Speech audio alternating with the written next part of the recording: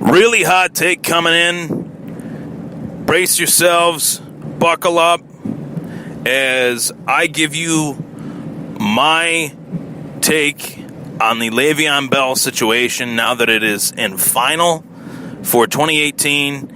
Now that we know what the case may be in 2018 as far as LeVeon Bell's chances at playing another snap in 2018, there is zero chance. LeVeon Bell, it's a little bit old news, but it's news that I have not reacted to yet on the podcast, news that I have not graced you with my reaction just yet. Prepare to be entertained, and if you're not, I will open my arms up, just like Russell Crowe did in Gladiator, and say, are you not entertained? You should be entertained with what I have to say tonight in regards to LeVeon Bell's exodus from the Pittsburgh Steelers. So, this situation is unprecedented. There's no doubt about it. This is a situation that really played itself out over the period of not just this season, but during the offseason as well. There are a lot of question marks as to whether or not LeVeon would get this situation fixed with the Steelers, whether he would play for the Steelers this year. And really, I can honestly say, as a fantasy football fanatic like myself, I knew that this situation was not going to come to an end before the season started. I knew that this situation was dicey. I knew that this situation was not anything we've ever seen before because I knew that the player was not like anything we've ever seen before. LeVeon Bell is a dominant force in the National Football League, but you got to look at where he came from. Came from Michigan State, was drafted by the Steelers, really essentially did not get off on the right foot with the Steelers. The moment in which he was drafted, he was a little bit overweight. If you don't remember that, go back and check that out. When LeVeon Bell was drafted, this guy weighed around 247 pounds.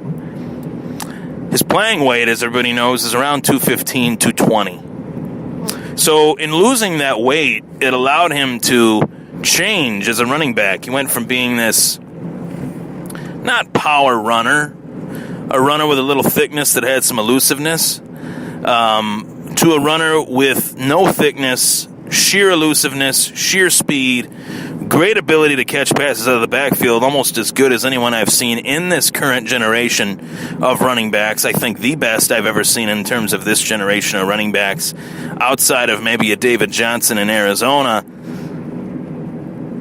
And he blossomed into becoming one of the most dominant players in the league, a player that knew his worth.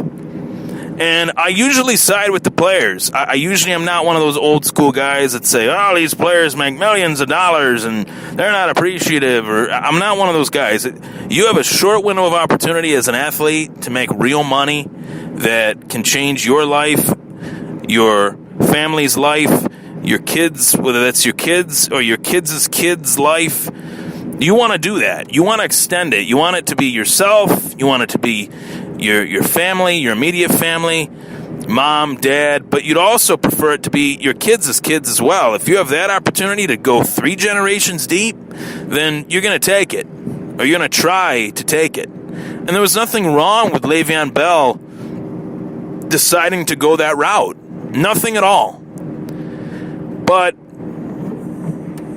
if you are LeVeon Bell versus the Pittsburgh Steelers, which that is what this situation always has been and always will be, LeVeon Bell versus the Pittsburgh Steelers, you go toe-to-toe with your boss.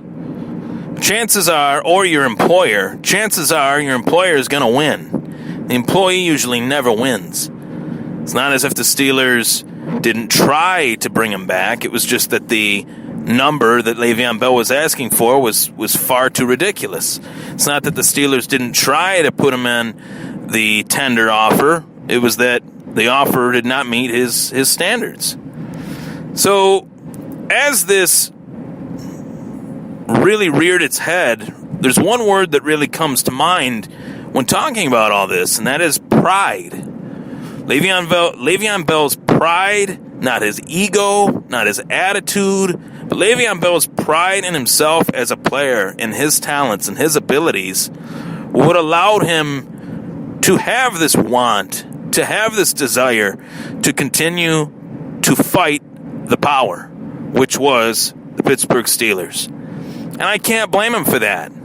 But, as I said moments ago, when you try to fight your employer, your boss, whoever it may be, usually you come out on the losing end, no matter what. Whether you feel like you're right, whether you feel like you have legs to stand on in your stance, usually you're wrong, no matter what. And it almost turned into a situation where Le'Veon Bell was going to fight. And as it moved on, as time passed, he realized, is this really worth it? They're never going to agree with what I believe. So I'm just going to continue to prove my point and set a precedent and make a statement without even doing anything. With ignoring the team, with ignoring negotiations, and losing $14 million in the process for this season, I'm going to turn some heads and people will say to themselves, this guy was willing to do all of this. And that is the point where I disagree. That is the point where I say, no. Le'Veon Bell, if people believe, if they truly believe that this player is doing this to help other circumstances, they are dead wrong. Le'Veon Bell is only doing this for himself. Le'Veon Bell asking for the right amount of money is for himself. It's not for the league. It's not for his players at his position. Do not get that twisted. And I'm not saying that it's wrong that he's asking for this money for himself. He should. The only interests that he should care about are his own. Shouldn't care about Todd Gurley's money. Shouldn't care about Ezekiel Elliott's money, to give you a few names. Should only care about Le'Veon Bell's money. Because at the end of the day, when it's all over, that's what will count. How much money did Le'Veon Bell make? And that is not what people believe. Some of the sentiment out there is that Le'Veon Bell is doing this for the betterment of his position. Well, it's not making his position any better. Because at the end of the day, Ezekiel Elliott has a number. Ezekiel Elliott has more years left to play in the league than Bell does. Todd Gurley has more years left in the league to play than Bell does. Melvin Gordon has more years to play left in the league than Bell does. You get my point. There'll be more opportunities for those said players to make more money because they're younger than Le'Veon Bell. Really, this is it for Le'Veon Bell. These next 3-4 years, this next contract, by the end of it, his career is virtually done. His prime is gone. So focus on yourself. If it is true that Le'Veon Bell has any other reason to ask for this money other than getting it for himself, he's really lost his mind. And I don't think that's the case. But some people do. Some people believe that Le'Veon Bell is doing this for the betterment of his position. They are dead wrong. Despite what has been tweeted, despite what has been posted, Instagram, whatever, Snapchat, whatever.